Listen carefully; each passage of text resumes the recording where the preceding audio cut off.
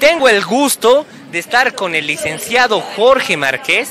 El licenciado es un amante de los libros y como hemos mencionado antes, justamente vamos a aprovechar de conocer a un autor un tanto polémico. ¿De quién estamos hablando? Nicolás Maquiavelo. Bienvenido, Jorge. ¿Qué tal, Vladimir? Un gusto compartir este espacio en la Feria del Libro contigo y bueno, con todo tu equipo. Y les voy a hablar a grandes rasgos de Nicolás Maquiavelo. No voy a entrar en los detalles biográficos, sino a lo que básicamente es su obra. Él tiene la suerte de nacer en ese periodo del Renacimiento. Y este hombre, el trabajo que hace de su vida es mostrarnos hasta el día de hoy cómo es la actividad política. Él rompe con esa idea de la Edad Media de que te podías guiar por los ideales, que el ideal era una obligación a seguir. Y él rompe con las ideas de Aristóteles, de Platón y también del cristianismo como tal. Y él nos empieza a hablar de la realidad. En El Príncipe, uno de sus textos que debe ser el más conocido y el más importante, nos menciona que toda la gente que hace política y que se dedica al tema de poder está acostumbrada a vivir en lo ideal, en un principado ideal, en una república ideal. Y él dice que eso le encantaría. Sin embargo, la realidad tiene su propio peso.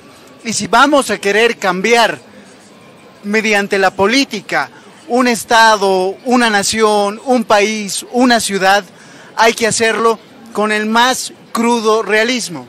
Y este texto que tenemos acá, que seguramente ya lo van a ver nuestros amigos que están siguiendo la transmisión, es el epistolario. Más allá de que haya sido un gran historiador, nos haya escrito El Príncipe e incluso una obra de teatro como La Mandrágora, él podemos ver cuál era su trabajo, segundo canciller de la República de Florencia, a través de este texto. Se lo ve solucionando problemas que no son muy alejados en nuestra época. Y ese es el gran valor que tiene Maquiavelo y que tenemos que volver a él, porque todo aquel que quiera hacer política o conocer algo nuevo debe acercarse, hojear su obra y sorprenderse de la validez que tiene ahora y del gran autor atemporal que es. Licenciado, Maquiavelo es italiano, ¿verdad?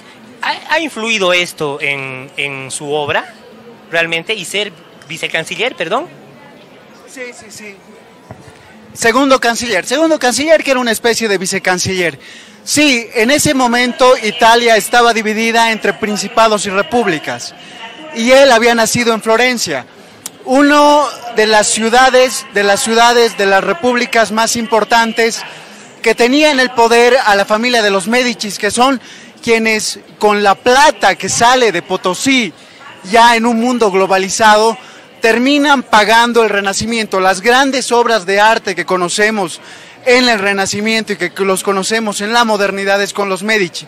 Pero los Medici bajan del poder por diversos conflictos con diversos principados y repúblicas dentro de la misma península italiana. Maquiavelo nace en ese escenario. Y Maquiavelo tiene la gran idea de que la política se podía hacer de forma diferente.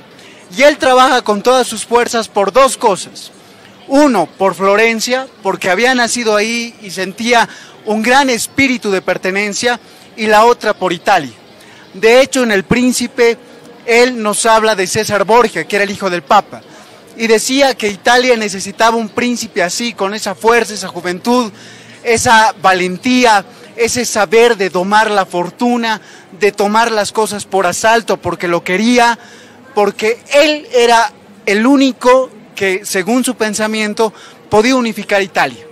Entonces, Maquiavelo dedica su obra a aquello, a que los italianos se reconozcan, a que dejen de haber esas rencillas regionales, que incluso las vivimos hoy.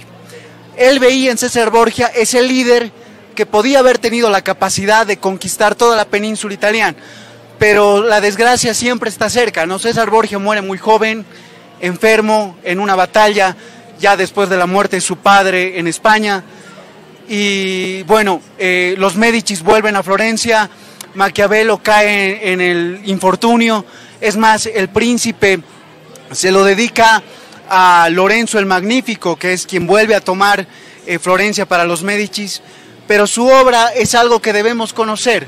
Y no solamente su obra, tiene una obra de teatro que se llama La Mandrágora. Y esto también nos explica del por qué la literatura, los cuentos, las novelas, la poesía son muy importantes. Porque al final del día, Vladimir, aunque no me creas, la política tiene que ver más con lo emocional, con lo que uno siente, que con lo racional. Y ese es el gran error que se sufre en este siglo. Hay que volver a la base de las cosas. Y Maquiavelo nos invita a que lo volvamos a releer, que lo volvamos a leer. Y yo les digo, es una lectura con la cual no se van a aburrir, les va a encantar y van a seguir buscando todo lo que puedan de este autor. Estimado Jorge, ¿qué es lo que más te ha llevado a ser un apasionado por la lectura de Maquiavelo? En primer lugar, mi profesión. Mi profesión es una cosa bastante divertida, porque por un lado es una ciencia, ves la teoría política, pero al mismo tiempo no puedes estar ausente del campo de la acción. Y son muy pocos los que entran al campo de la acción. Y si hay alguien que te lo describe con los problemas de su tiempo, que son problemas actuales, porque en política, en un largo periodo, es muy posible que los problemas sean los mismos. Es Nicolás Maquiavelo. Y el tipo no solamente te daba ideas, sino que al mismo tiempo trabajaba en la realidad.